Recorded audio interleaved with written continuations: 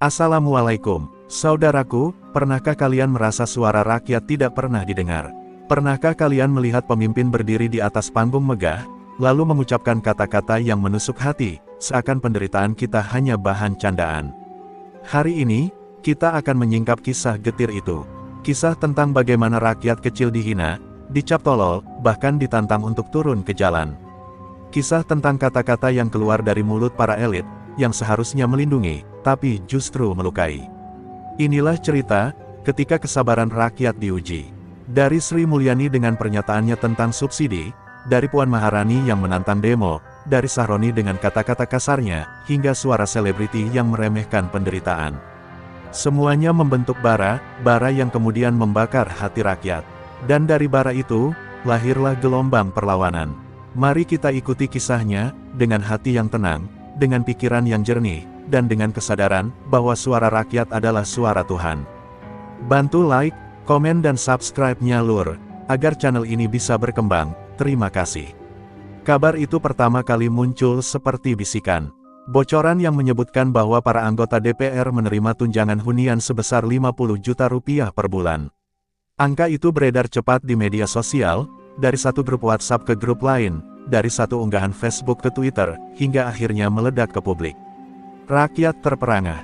Mereka yang biasanya sudah apatis, kali ini terhenyak. Di sebuah warung kopi sederhana, seorang tukang bangunan terdiam lama menatap layar ponselnya. Ia membaca angka 50 juta berulang kali, seolah tak percaya. Dengan suara bergetar ia berkata kepada kawan di sebelahnya, "Aku kerja sebulan, dapat 2,5 juta." Mereka cuma duduk di kursi, sudah dapat 50 juta. Ini bukan lagi sekadar kabar, ini penghinaan. Di pasar tradisional, ibu-ibu yang tengah menimbang cabai pun tak kalah heboh. Mereka saling membisikkan kabar yang sama, sambil memandang harga cabai yang melambung. 50 juta itu bisa buat anakku sekolah sampai kuliah, ujar seorang ibu dengan getir. Tapi mereka sebut itu hanya tunjangan. Tunjangan, media sosial mendidih. Tagar tanda pagar tunjangan 50 juta menggema, memenuhi lini masa. Meme-meme satir bermunculan, memperlihatkan kontras antara rumah mewah anggota dewan dengan gubuk reot rakyat. Rakyat menemukan cara melawan, lewat humor pahit, lewat sindiran, lewat tawa getir.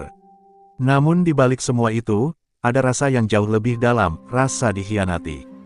Rakyat yang membayar pajak, rakyat yang bersusah payah mencari sesuap nasi, kini merasa uang mereka dialirkan untuk kenyamanan orang-orang yang justru seharusnya mengabdi. Kabar itu menjadi bahan obrolan di mana-mana. Di angkot, sopir berkata lirih, bensin saja mahal, setoran makin berat. Mereka malah dapat tunjangan besar. Apa kita ini bukan rakyat mereka? Penumpang hanya menghela napas panjang. Tak ada jawaban, hanya ada keputusasaan. Di kampung, para petani yang baru pulang dari sawah duduk di pos ronda. Keringat mereka belum kering, tangan mereka masih berlumur tanah. Panen gagal, pupuk mahal, harga gabuh turun. Tapi DPR hidup enak, ujar seorang bapak tua dengan tatapan kosong. Di sudut lain, seorang mahasiswa menuliskan keresahannya di Twitter. Kita belajar mati-matian, bayar UKT mahal, tapi beasiswa susah. Mereka justru dapat tunjangan hunian 50 juta. Inikah wajah negeri kita? Tulisannya viral, dibagikan puluhan ribu kali. Bocoran itu bukan hanya informasi, tapi cambuk yang memukul kesadaran. Rakyat yang selama ini diam mulai merasakan bara di dada. Angka 50 juta bukan lagi sekadar angka. Ia menjadi simbol ketidakadilan yang telanjang. Hari itu, sebuah jurang terbuka lebar. Jurang antara rakyat yang berjuang demi sesuap nasi, dan wakil rakyat yang bergelimang fasilitas. Dan jurang itu, pelan-pelan, mulai menelan kepercayaan. Setelah kabar tunjangan 50 juta beredar luas, perasaan rakyat semakin perih. Mereka membandingkan angka itu dengan kehidupan sehari-hari. Bagi seorang buruh pabrik, 50 juta setara dengan kerja selama 2 tahun penuh. Bagi seorang guru honorer, itu setara dengan gaji belasan bulan. Bagi seorang tukang becak, angka itu mustahil diraih seumur hidupnya. Seorang buruh pabrik bercerita kepada rekan-rekannya, "Aku bangun jam 5, pulang jam 8 malam, berdiri di depan mesin sepanjang hari. Gaji 4 juta pun sering dipotong. Lalu mereka dapat 50 juta hanya dengan status wakil rakyat. Di mana keadilannya?" Suaranya serak, matanya merah, bukan karena lelah semata, tapi karena marah. Seorang petani di sawah juga mengeluh.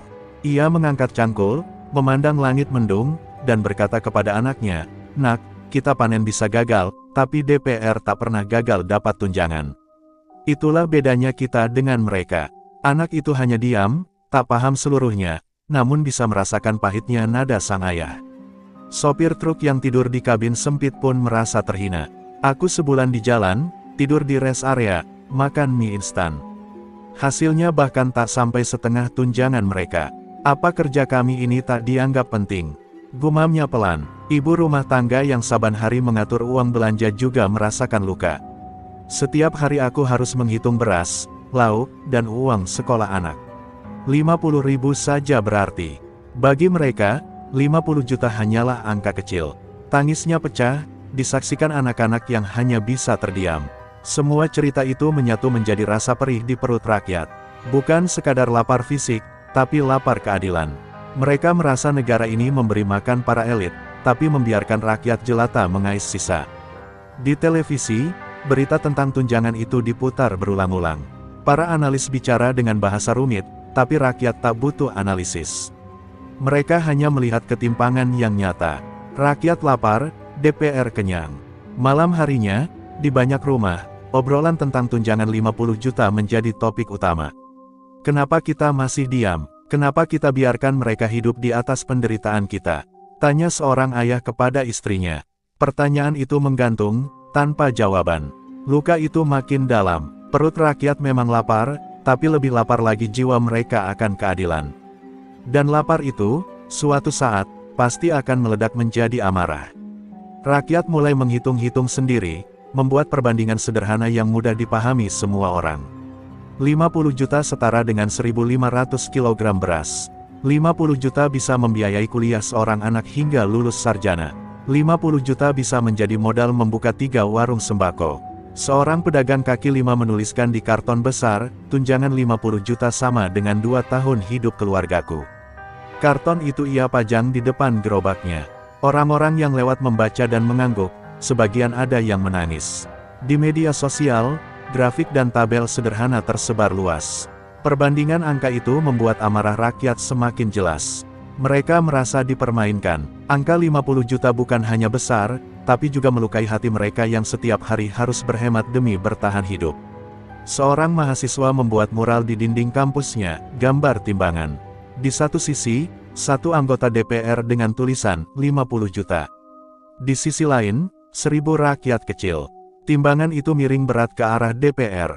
Mural itu viral, memicu diskusi di mana-mana. Di warung kopi, perhitungan terus dilakukan. Kalau uang itu dibagi ke rakyat miskin, satu keluarga bisa dapat 100.000. Bayangkan ada berapa ribu keluarga yang bisa terbantu. Tapi mereka lebih memilih mengenyangkan diri sendiri. Kalimat itu menjadi mantra amarah. Bagi rakyat, perbandingan itu bukan lagi sekadar hitungan. Itu adalah bukti nyata betapa jauhnya mereka dari keadilan. Angka 50 juta kini seperti jeruji besi yang memisahkan mereka dari para penguasa. Kemurkaan rakyat mulai menampakkan wujud. Dari diskusi di warung kopi, dari obrolan di pasar, dari mural di tembok kota. Semua mengarah ke satu titik, kesadaran bahwa diam tidak lagi bisa menjadi pilihan. 50 juta rupiah, yang awalnya hanya angka di kertas, kini berubah menjadi api yang membakar. Api itu merambat cepat, menyalakan bara di hati jutaan orang. Rakyat sadar, mereka sedang ditipu oleh sistem.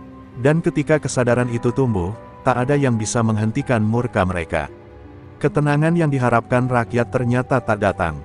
Di tengah riuh rendah protes rakyat, Ketua DPR Puan Maharani justru mengeluarkan pernyataan yang mengejutkan. Dengan nada tegas, ia berkata, "Kalau memang rakyat tidak setuju, silakan demo. DPR siap menghadapi." Kata-kata itu meluncur bak anak panah, menusuk telinga rakyat yang sudah terluka. Bukan keteduhan yang keluar dari mulut seorang pemimpin, melainkan tantangan. Bagi rakyat, ucapan itu seperti menabur garam di atas luka yang masih menganga. Alih-alih menenangkan, ia justru menyalakan api yang lebih besar. Di layar televisi, wajah Puan ditampilkan penuh keyakinan. Namun di rumah-rumah rakyat, wajah itu dianggap sebagai simbol kesombongan. "Kami ini bukan musuh negara, kami rakyat yang menjerit. Kenapa malah ditantang?" Seru seorang mahasiswa. Pernyataan itu cepat menyebar di media sosial. Tagar-tagar Puan menentang rakyat muncul. Meme-meme menyindir muncul, gambar rakyat lapar dengan tulisan, "Kami bukan pemain bola, jangan ditantang demo." Rakyat menertawakan dengan getir, tapi di dalam hati mereka amarah semakin tumbuh. Di kampung-kampung, pernyataan itu dibicarakan serius. Kalau mereka menantang, kita harus tunjukkan bahwa rakyat bisa bersatu, kata seorang bapak tua di pos ronda. Ucapan itu disambut anggukan penuh semangat. Seorang mahasiswa menuliskan di kertas karton, "Puan menantang," rakyat menjawab. Karton itu kemudian dibawa saat aksi kecil di kampus, difoto, lalu viral di dunia maya. Kalimat singkat itu menjadi slogan baru. Bagi rakyat, tantangan Puan adalah titik balik. Selama ini mereka mungkin masih ragu untuk turun ke jalan. Tapi dengan pernyataan itu, mereka merasa punya alasan yang lebih dari cukup untuk bangkit. Tak sedikit orang yang berkata, "Kami bukan pengacau, tapi kalau ditantang, kami akan datang." Kalimat itu menggema di mana-mana. Teriakan kemarahan berubah menjadi janji perlawanan. Rakyat kini merasa harga diri mereka diinjak. Bukan hanya soal uang 50 juta, tapi soal martabat. Pernyataan Puan menjadi bahan bakar baru. Bara yang tadinya kecil, kini menyala besar. Hari itu, sejarah mencatat, satu kalimat bisa mengubah diam menjadi perlawanan. Dan satu tantangan bisa melahirkan gelombang yang tak terbendung. Belum reda amarah akibat tantangan Puan, datang lagi suara dari dalam gedung DPR. Ahmad Sahroni, Wakil Ketua Komisi 3 DPR, berbicara lantang, "Orang yang ingin membubarkan DPR itu orang paling tolol di dunia." Kata itu meledak seperti bom. Satu kata, tolol, langsung menusuk hati rakyat. Apakah mahasiswa yang turun ke jalan tolol? Apakah buruh yang menangis demi sesuap nasi tolol? Apakah emak-emak yang protes harga sembako tolol? Rakyat merasa dihina habis-habisan. Di warung kopi, seorang pria parubaya memukul meja keras-keras. "Aku bayar pajak, aku bekerja untuk keluargaku. Aku marah pada DPR. Kalau begitu, aku tolol. Hanya karena aku cinta negara ini." Suaranya bergetar, matanya memerah. Media sosial meledak. Tagar-tagar Sahroni tolol menjadi trending dalam hitungan jam. Ribuan orang membalas dengan kalimat pedas. Seorang mahasiswa menulis, "Kalau kami tolol, maka biarlah sejarah mencatat, negara ini berdiri karena orang-orang tolol yang berani melawan." Mural-mural di dinding kota mulai muncul. Gambar wajah Sahroni dengan tulisan besar, "Kami bukan tolol, kami rakyat yang terluka."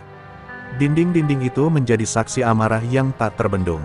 Seorang buruh berkata lirih pada kawannya, "Mungkin benar aku bodoh, karena masih percaya DPR pernah peduli pada kami." Kalimat sederhana itu membuat kawan-kawan menunduk, sadar bahwa kepercayaan itu sudah lama hilang. Kata tolol kini menjadi simbol arogansi kekuasaan. Rakyat tak lagi melihat Sahroni sebagai individu, tapi sebagai wajah seluruh DPR yang meremehkan mereka. Di masjid, setelah salat Jumat, seorang ustaz menyelipkan kalimat tajam dalam khutbahnya, "Jika rakyat yang menuntut keadilan disebut tolol, maka ingatlah, Fir'aun pun pernah menyebut Musa sebagai orang sesat." Kekuasaan sombong selalu menutup mata dari kebenaran. Jamaah terdiam, hati mereka bergemuruh. Hari itu, hinaan menjadi bahan bakar. Kata tolol yang diucapkan dengan enteng, berubah menjadi peluru yang menghantam harga diri bangsa. Rakyat tak bisa lagi diam. Ketika suasana semakin panas, Menteri Keuangan Sri Mulyani mencoba menenangkan keadaan. Dengan bahasa teknis, ia menjelaskan, itu hanya hak administratif anggota dewan, bagian dari kebijakan untuk menunjang kinerja mereka. Namun rakyat tak mendengar kata, hak administratif. Yang mereka dengar hanyalah pembelaan. Bagi rakyat, penjelasan itu terasa dingin, seolah-olah penderitaan mereka tak pernah masuk dalam hitungan administratif negara. Di sebuah kontrakan sempit, seorang ibu yang sedang menghitung uang belanja berkata lirih, "Kalau begitu, apakah perut anakku tidak punya hak administratif untuk kenyang? Apakah rumahku yang hampir roboh tidak punya hak administratif untuk diperbaiki?" Kalimat itu meneteskan air mata di pipinya. Seorang sopir angkot mendengar penjelasan itu dari radio.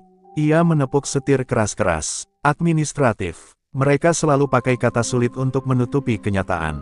Kenyataannya, mereka kaya, kita miskin. Penumpang di belakang hanya bisa mengangguk, merasakan luka yang sama.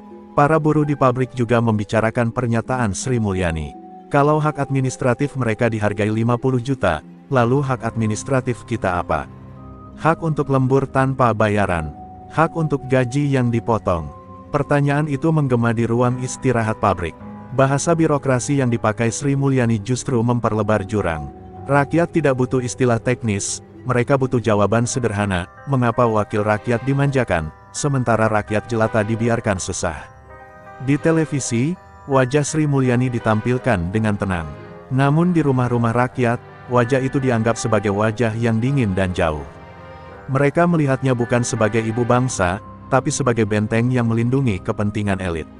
Malam harinya, banyak status media sosial bermunculan.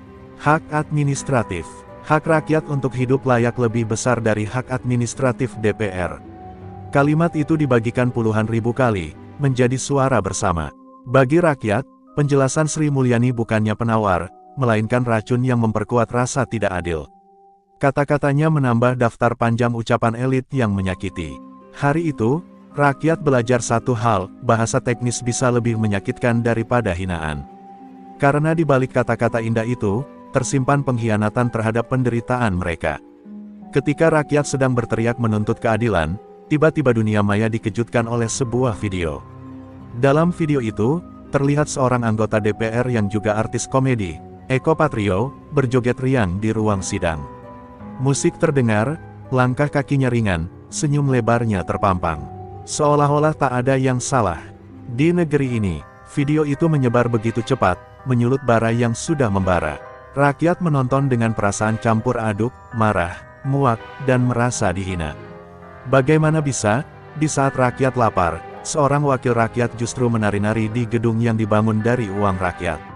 Seorang buruh yang menonton video itu di ponselnya berkata lirih, "Jogetmu di kursi empuk itu, sama dengan menari di atas perut kami yang kosong." Kalimat itu menyebar di media sosial, ribuan kali dibagikan. Di sebuah kampus, mahasiswa memutar ulang video itu saat diskusi. Mereka menonton dalam diam, lalu seorang di antaranya menepuk meja. "Inikah wajah wakil rakyat kita? Menari di saat rakyat menangis. Kita tidak bisa diam lagi." Sorakan setuju memenuhi ruangan. Eko Patrio kemudian meminta maaf, mengatakan bahwa joget itu hanya bentuk keakraban. Tapi rakyat tak bisa menerima. Mereka menilai, permintaan maaf itu sekadar basa-basi. Sebab luka sudah terlanjur dalam. Di pasar, ibu-ibu menyindir dengan pedas. "Besok kalau dagangan sepi, aku juga mau joget saja.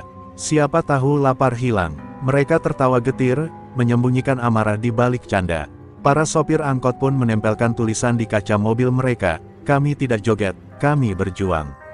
Tulisan itu menjadi sindiran yang keras terhadap sikap elit yang dianggap tidak peka. Video joget itu akhirnya menjadi simbol betapa jauhnya wakil rakyat dari kenyataan. Mereka bersenang-senang, sementara rakyat menahan lapar. Mereka tertawa, sementara rakyat menangis. Hari itu, rakyat menyimpulkan satu hal. Joget di ruang sidang bukan sekadar hiburan, melainkan tamparan keras bagi jutaan rakyat kecil. Sebuah tamparan yang membangkitkan amarah, yang tak lagi bisa dibendung. Di tengah panasnya situasi, seorang artis yang juga aktif di dunia politik, Nafa Urbach, ikut bersuara. Dengan nada tenang ia berkata, "Saya mendukung fasilitas itu, karena banyak anggota DPR kesulitan pulang pergi. Tunjangan hunian penting agar mereka bisa bekerja dengan baik."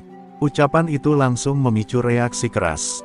Rakyat merasa makin diremehkan. Di saat jutaan orang kesulitan ongkos transportasi, artis sekaligus politisi itu justru membela kemewahan.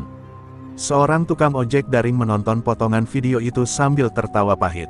"Kesulitan pulang pergi. Coba sekali saja dia merasakan jadi kami, nyicil motor, bensin naik, pesanan sepi. Baru tahu apa arti kesulitan." Suaranya disambut anggukan teman-temannya. Di media sosial, pernyataan Nafa menjadi bahan hujatan. "Kami jalan kaki ke sekolah, anak kami naik sepeda butut, tapi mereka minta tunjangan karena kesulitan pulang pergi," tulis seorang netizen. Ribuan orang menyukai komentar itu, membuktikan betapa rakyat seirama dalam kemarahan. Ibu-ibu di pasar juga menyindir. "Kalau aku bilang butuh tunjangan untuk ongkos anakku sekolah, apa negara mau kasih? Tidak, tapi DPR bisa dapat puluhan juta hanya untuk rumah. Memangnya kami ini rakyat apa?" Bagi rakyat, Ucapan itu bukan sekadar salah pilih kata, melainkan bukti nyata bahwa elit politik tak lagi mengerti penderitaan. Mereka hidup dalam dunia yang berbeda, dunia yang jauh dari realita rakyat kecil. Seorang mahasiswa menulis di dinding kampus, kesulitan pulang pergi. Kami kesulitan hidup. Kalimat itu viral, menjadi slogan baru dalam aksi mahasiswa. Meski Nafa kemudian mencoba meluruskan maksud ucapannya, rakyat sudah terlanjur kecewa. Luka akibat pernyataan itu tak mudah disembuhkan. Hari itu, rakyat kembali belajar bahwa suara elit jarang berpihak pada mereka. Dan setiap kata yang diucapkan, bisa menjadi pisau yang menggores lebih dalam luka yang sudah ada. Di tengah panasnya suasana, muncul lagi nama seorang publik figur, Uya Kuya. Dengan gayanya yang khas, ia ikut berkomentar soal kontroversi tunjangan. Namun yang membuat rakyat muak adalah sikapnya yang plin-plan. Kadang ia membela DPR, kadang ia mengkritik. Tak jelas di mana ia berdiri. Dalam satu wawancara, Uya berkata, sebenarnya ini wajar, DPR juga manusia, butuh fasilitas. Tapi di kesempatan lain, ia menyindir, kalau rakyat sudah marah, DPR juga harus introspeksi. Sikap ini membuat publik bingung. Rakyat menilai Uya hanya mencari panggung. Dia bicara bukan untuk kita, tapi untuk dirinya sendiri. Hanya mencari sorotan, kata seorang pedagang kaki lima dengan nada muak. Media sosial tak kalah pedas. Uya Kuya ini seperti angin, kemana arah ramai, kesana dia ikut. Tidak jelas keberpihakannya, tulis seorang netizen. Komentar itu disukai puluhan ribu orang. Di kampus, mahasiswa yang sedang diskusi menyebut nama Uya sambil tertawa. Jangan-jangan besok dia malah joget bareng DPR. Gelak tawa terdengar, tapi di balik itu ada rasa getir. Bagi rakyat, figur seperti Uya hanyalah penghibur. Mereka tidak lagi menganggapnya serius. Ketika rakyat berjuang mempertaruhkan nyawa di jalanan, ia hanya bermain kata demi sensasi. Seorang ibu rumah tangga berkata pada tetangganya, kalau bicara tak jelas begitu, lebih baik diam. Jangan menambah luka rakyat dengan kebingungan. Tetangganya mengangguk, menyetujui kalimat itu. Akhirnya, nama Uya tak lagi dianggap penting. Ia menjadi simbol orang-orang yang tak berani berpihak jelas. Orang-orang yang lebih peduli pada citra daripada penderitaan rakyat. Hari itu, rakyat menyadari satu hal, perjuangan mereka tak butuh orang pelin-pelan. Perjuangan ini butuh suara lantang, bukan suara yang setengah hati. Hari-hari setelah pernyataan demi pernyataan itu, rakyat semakin tak bisa menahan amarah. Di warung kopi, obrolan rakyat kecil selalu berujung pada satu topik, bagaimana mungkin mereka dipaksa sabar, sementara wakil-wakilnya justru menantang, menari, dan membela diri dengan kata-kata yang menyakitkan. Seorang sopir truk yang baru saja menempuh perjalanan jauh mengeluh kepada rekannya. Kami sudah bayar tol mahal, solar naik, tidur di jalan. Di DPR malah bilang kesulitan pulang pergi. Kalau mereka kesulitan, lalu kami ini apa? Di kampus-kampus, mahasiswa mulai bergerak. Selebaran sederhana ditempel di dinding-dinding, bertuliskan kalimat pedas, jika suara rakyat tak didengar, jalanan akan berbicara. Kalimat itu cepat menyebar, menjadi bahan bakar perlawanan.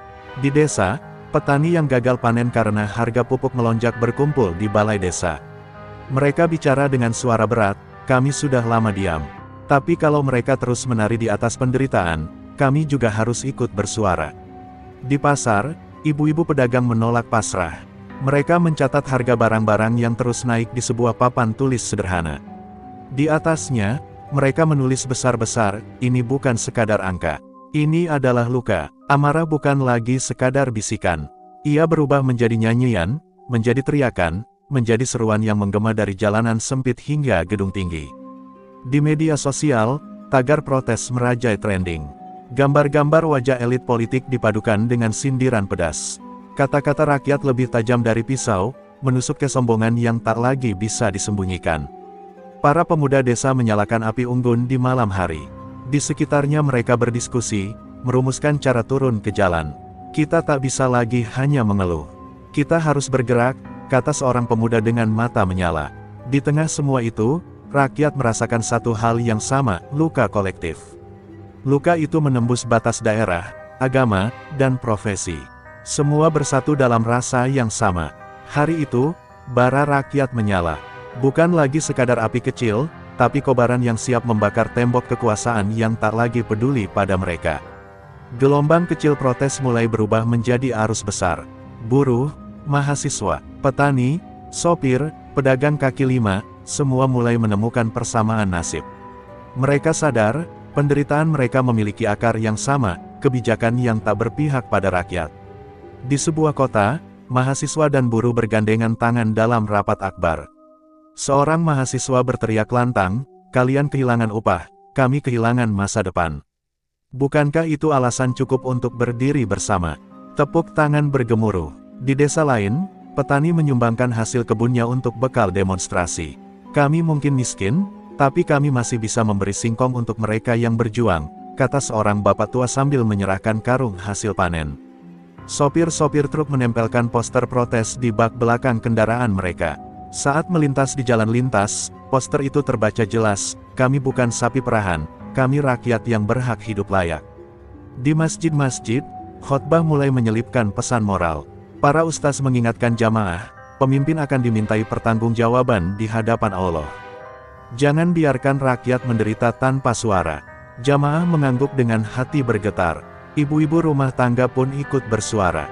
Mereka berkumpul di pos ronda, membuat spanduk sederhana dari kain bekas, dengan tulisan tangan seadanya, "Perut kami lapar, hati kami marah." Di media sosial, para aktivis mengatur strategi. Mereka menulis narasi panjang, menghubungkan pernyataan Puan, Sahroni, Sri Mulyani, Eko Patrio, Nafa Urbach, dan Uya Kuya. Semua kata-kata itu disusun rapi menjadi bukti arogansi elit. Rakyat yang tadinya tercerai-berai mulai menemukan kekuatan bersama. Mereka tak lagi merasa sendiri, karena ternyata di setiap sudut negeri, ada yang merasakan hal yang sama. Seorang anak muda menulis di statusnya, "Kita mungkin tak punya kursi empuk, tapi kita punya suara. Dan suara rakyat adalah suara Tuhan." Status itu viral, menyalakan semangat di hati banyak orang. Hari itu, rakyat menemukan kekuatan terbesar mereka, persatuan. Sesuatu yang tak pernah bisa dimiliki oleh segelintir elit di gedung megah itu. Hari yang ditunggu tiba, rakyat mulai turun ke jalan. Mereka datang dengan pakaian sederhana, membawa poster, spanduk, dan suara yang sudah lama dipendam. Jalanan yang biasanya sepi mendadak penuh lautan manusia. Mahasiswa berdiri di barisan depan, dengan wajah-wajah tegang namun berani. Mereka mengangkat tangan, meneriakkan yel-yel, "Hidup rakyat! Turunkan kebijakan zalim." Suara itu menggema, membelah udara kota. Buruh membawa bendera besar, melambai di tengah kerumunan. Mereka berteriak bersama mahasiswa, menandakan bahwa sekat antara mereka kini hilang. Di sudut jalan, sopir angkot menyalakan klakson panjang sebagai tanda dukungan. Suara klakson itu bersahut-sahutan, menjadi irama yang menyatu dengan teriakan massa. Polisi sudah berjaga, barisan tameng hitam berjejer rapi. Tapi rakyat tak gentar. Mereka datang bukan untuk merusak, tapi untuk bersuara. Dan suara itu lebih tajam dari gas air mata manapun. Ibu-ibu membawa anak-anak mereka, duduk di pinggir jalan sambil memegang poster bertuliskan, "Kami hanya ingin hidup layak." Wajah anak-anak itu menjadi simbol paling jujur dari perjuangan rakyat. Media mulai menyorot. Kamera televisi merekam lautan manusia yang memadati jalanan. Narasi pun berubah, ini bukan sekadar demo, ini adalah letupan kemarahan rakyat yang sudah terlalu lama ditahan. Di balik kerumunan, ada doa-doa yang dilantunkan. Seorang kiai memimpin zikir di tengah jalan, suaranya lirih namun menenangkan. Rakyat mengikuti, meneteskan air mata. Seorang mahasiswa berdiri di atas mobil komando, suaranya bergetar namun penuh semangat. "Kita bukan hanya menuntut perubahan, kita menuntut harga diri. Jangan biarkan rakyat terus diinjak-injak." Sorakan massa mengguncang langit. Hari itu, jalanan memanas. Bukan oleh api atau kerusuhan, tapi oleh semangat rakyat yang akhirnya meledak, setelah terlalu lama ditahan. Hari itu, ketegangan mencapai puncaknya.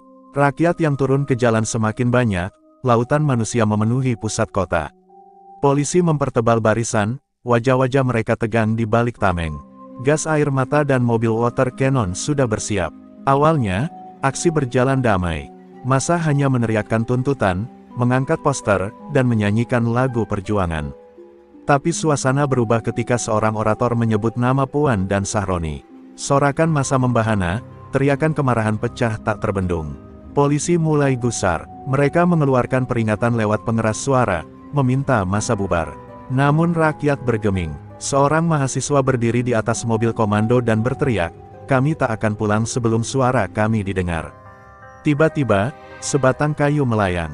Tidak jelas dari mana asalnya. Polisi bergerak maju, tembakan gas air mata dilepaskan. Jalanan mendadak berubah jadi kabut putih, rakyat berlarian, sebagian batuk-batuk, sebagian tetap bertahan. Seorang ibu menutup wajah anaknya dengan kain basah, sambil berteriak, "Kenapa rakyat yang lapar harus dipukul? Kami hanya ingin hidup layak." Air matanya bercampur asap, menjadi saksi betapa pedihnya perjuangan itu. Mahasiswa tetap maju. Mereka melemparkan botol kosong, sebagian merobohkan barikade kawat berduri. Polisi membalas dengan pentungan, bentrokan pecah di berbagai sudut.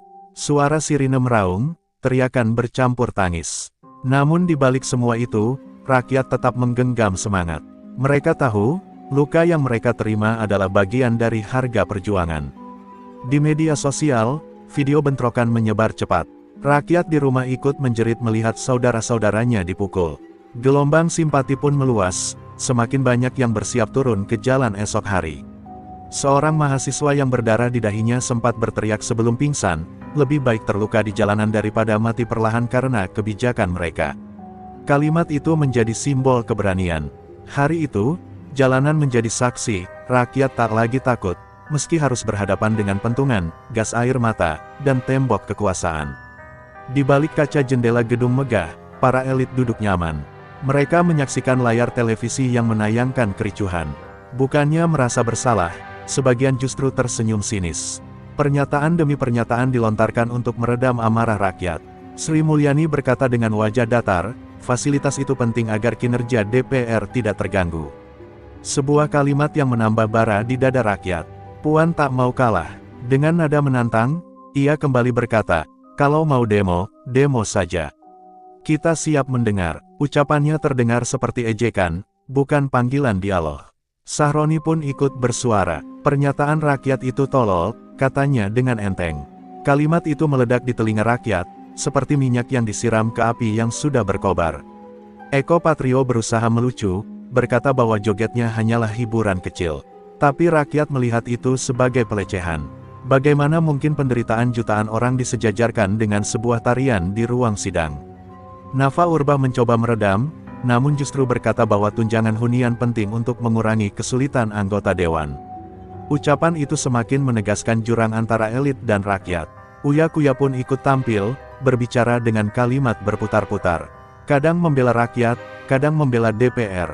Sikap pelin-pelan itu membuat publik semakin muak. Media mainstream menayangkan pertanyaan-pertanyaan itu dengan bingkai yang menenangkan, seakan-akan rakyat yang salah karena marah.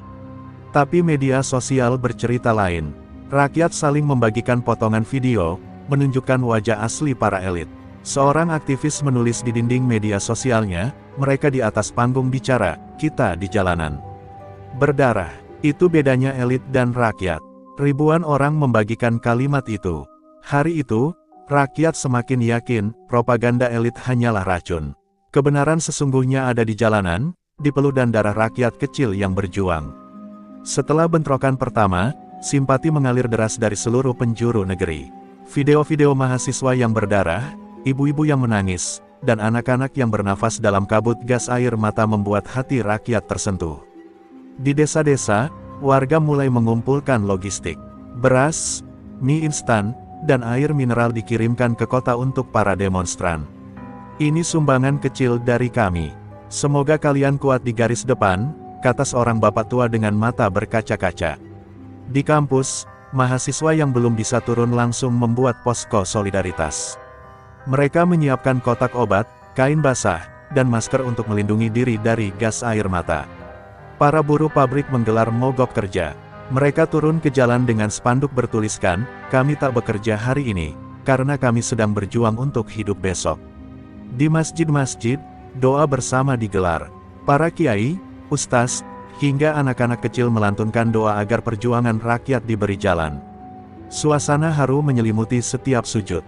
Seniman ikut bergerak. Mereka melukis mural di dinding kota, gambar rakyat kecil yang berhadapan dengan gedung besar megah.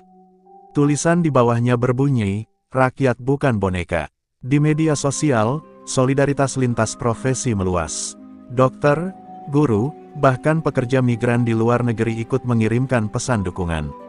Kalian bukan sendiri, kami bersama kalian, tulis seorang perawat dari Hong Kong. Kekuatan rakyat semakin terasa, mereka yang tadinya tercerai-berai, kini menyatu dalam semangat yang sama. Solidaritas bukan lagi sekadar kata, tapi nyata dalam setiap langkah. Seorang mahasiswa berkata di tengah kerumunan, kita mungkin berbeda bendera, tapi hari ini kita punya tujuan yang sama, melawan kezaliman. Sorakan rakyat membahana. Hari itu, solidaritas bukan hanya menyebar, tapi juga mengakar. Ia menjadi pondasi kokoh bagi perjuangan yang lebih besar, yang tak mungkin bisa dipatahkan hanya dengan gas air mata atau pentungan. Di tengah jalanan yang masih dipenuhi sisa gas air mata, seorang kiai tua melangkah maju. Tangannya memegang kitab kecil yang sudah lusuh. Suaranya bergetar, tapi tegas, ingatlah wahai pemimpin, kelak kalian akan dimintai pertanggungjawaban di hadapan Allah. Tidak ada kursi empuk, tidak ada harta, hanya amal yang akan bicara. Rakyat yang duduk di aspal mendengarkan dengan khusyuk. Air mata mereka mengalir, bukan hanya karena pedihnya gas air mata, tetapi juga karena kalimat yang menyentuh hati. Mereka merasa perjuangan ini bukan sekadar urusan dunia, tapi juga jalan menuju ridha Tuhan. Kiai itu melanjutkan, Rasulullah bersabda, sebaik-baik pemimpin adalah yang mencintai rakyatnya. Dan seburuk-buruk pemimpin adalah yang dibenci rakyatnya. Hari ini, kita saksikan siapa yang kita cintai, siapa yang kita benci. Mahasiswa menunduk, mengepalkan tangan. Mereka merasa kata-kata itu seperti petir yang menyambar, membakar semangat yang hampir padam. Seorang orator berbisik lirih, ini bukan sekadar demo. Ini jihad melawan ketidakadilan. Seorang ibu mengangkat tangan anaknya tinggi-tinggi. Nak, lihat dan dengar baik-baik. Perjuangan ini untuk masa depanmu. Anak itu menatap bingung, namun di matanya tersimpan api kecil yang mungkin akan tumbuh kelak. Polisi yang berdiri di seberang jalan sempat tertegun. Sebagian dari mereka menurunkan tameng, wajahnya ragu. Kata-kata kiai itu menembus hati, bahkan mereka yang bertugas untuk menghadang. Di balik layar televisi, pernyataan kiai itu disensor, dipotong hanya jadi potongan kecil. Tapi di media sosial, video lengkapnya viral. Jutaan orang membagikan dengan caption, suara. Langit di tengah asap. Malam itu, rakyat duduk di aspal, melantunkan doa bersama. Mereka membaca ayat-ayat suci, menyalakan lilin, dan bernyanyi pelan lagu perjuangan. Suasana yang hening namun penuh wibawa. Seorang mahasiswa menulis di spanduk putih, kami bukan pemberontak. Kami hanya rakyat yang menagih janji. Kalimat itu terbaca jelas di bawah cahaya lilin. Hari itu, perjuangan rakyat naik tingkat. Ia tak lagi sekadar amarah, tapi juga doa. Tak lagi sekadar teriakan, tapi juga harapan. Keesokan harinya, rakyat kembali turun. Jumlah mereka kali ini jauh lebih banyak. Apa yang kemarin pecah di satu kota, kini merambat ke kota-kota lain. Gelombang kedua demonstrasi mengguncang negeri. Mahasiswa dari berbagai universitas bergerak serentak. Mereka membawa bendera kampus, poster bergambar wajah elit yang dianggap menyakiti rakyat, dan tulisan pedas, kalian tertawa, kami menderita. Buruh turun dengan massa lebih besar. Pabrik-pabrik berhenti beroperasi. Jalanan dipenuhi ribuan pekerja yang meneriakkan satu kata, turunkan kebijakan zalim. Petani dari desa datang dengan truk, membawa hasil panen yang mereka bagikan gratis kepada demonstran. Lebih baik kami kasih singkong ke kalian, daripada dijual murah ke tengkulak, kata seorang bapak sambil tersenyum getir. Sopir-sopir truk menutup jalan tol dengan deretan kendaraan mereka. Klakson dibunyikan serentak, menggema seperti sirene perlawanan. Suara itu membuat siapapun yang mendengar merinding. Polisi kewalahan. Barisan mereka terpecah di berbagai kota. Aparat mencoba membubarkan, tapi jumlah massa tak terbendung. Rakyat terus maju, bersatu seperti ombak besar yang menghantam karang. Di media sosial, dukungan meluas.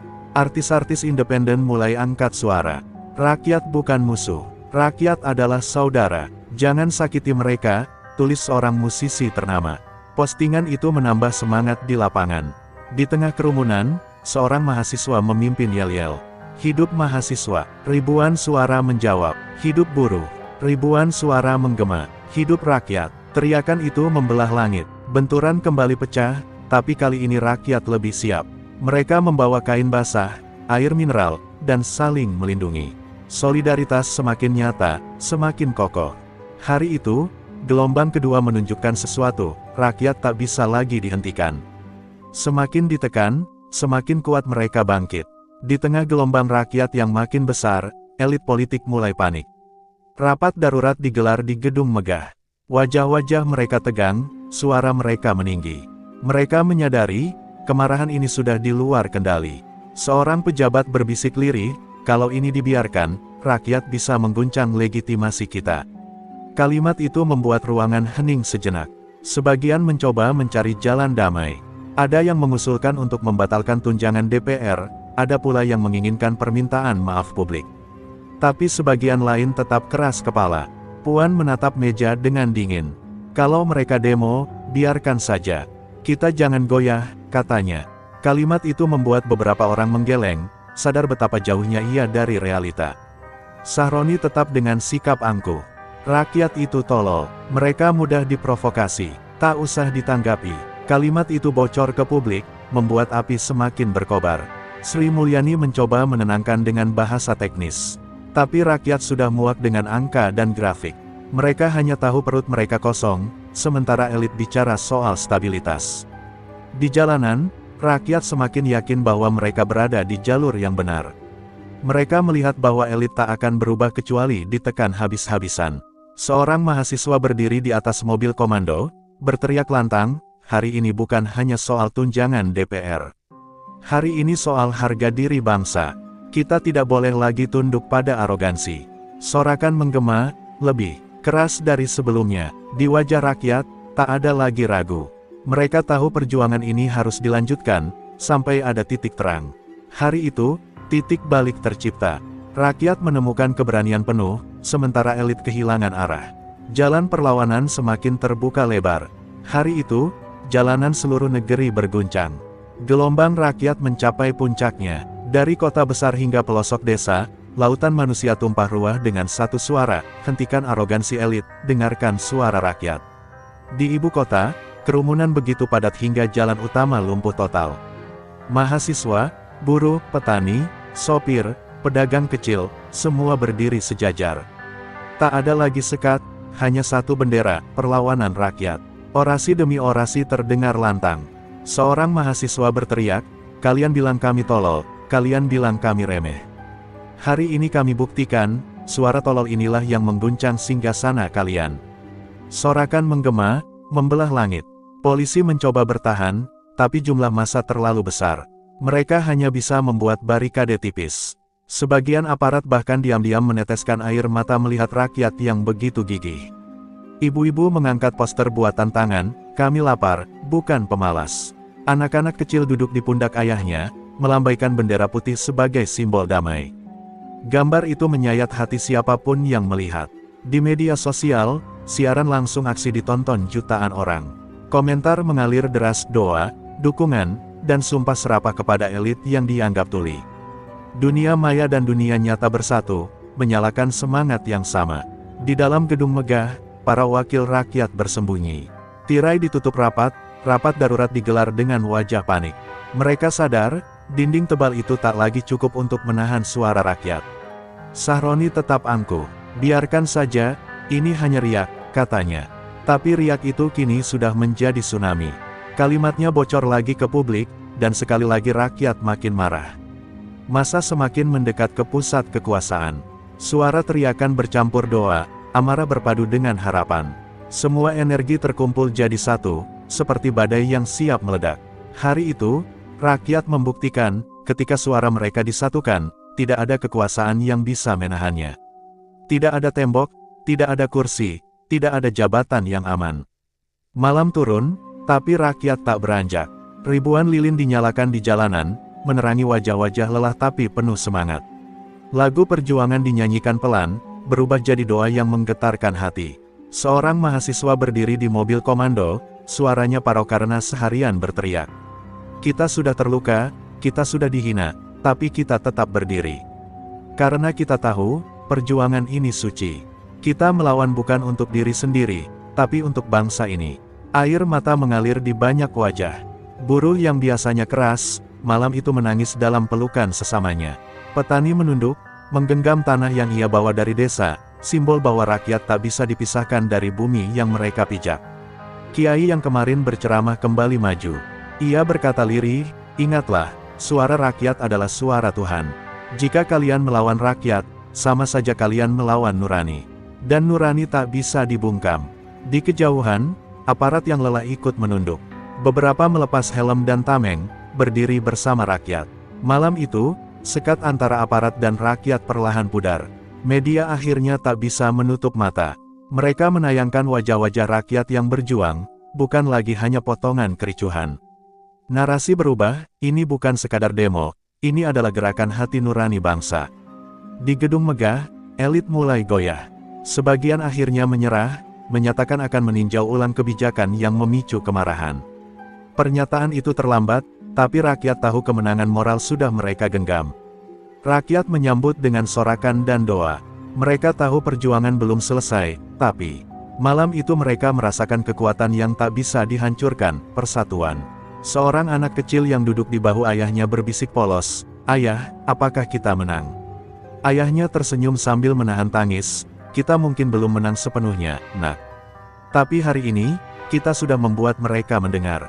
Dan malam itu ditutup dengan kalimat yang menggema di seluruh jalanan, "Suara rakyat adalah suara Tuhan. Selama kita bersatu, kita tak akan pernah kalah." Saudara-saudaraku, kita sudah melihat betapa kata-kata bisa melukai lebih dalam daripada senjata. Pernyataan demi pernyataan yang keluar dari bibir para elit menjadi cambuk, membangunkan rakyat dari tidur panjang. Kita belajar satu hal, rakyat bisa bersabar, tapi bukan berarti diam selamanya. Ketika batas kesabaran dilanggar, maka rakyat bangkit dengan kekuatan yang tidak bisa ditandingi. Hari ini, rakyat sudah membuktikan bahwa mereka bukan tolol, mereka bukan lemah. Mereka adalah pemilik sah negeri ini. Dan siapapun yang berani meremehkan suara rakyat, cepat atau lambat akan jatuh oleh arus sejarah. Ingatlah, suara rakyat bukan sekadar teriakan di jalanan. Itu adalah jeritan hati, doa yang menggema, dan suara yang sampai ke langit. Dan sebagaimana doa orang terzalimi, tidak ada hijab antara suara rakyat dengan Tuhan. Maka, jangan pernah lupakan ini, suara rakyat adalah suara Tuhan. Selama rakyat bersatu, mereka tidak akan pernah kalah. Wassalamualaikum warahmatullahi wabarakatuh.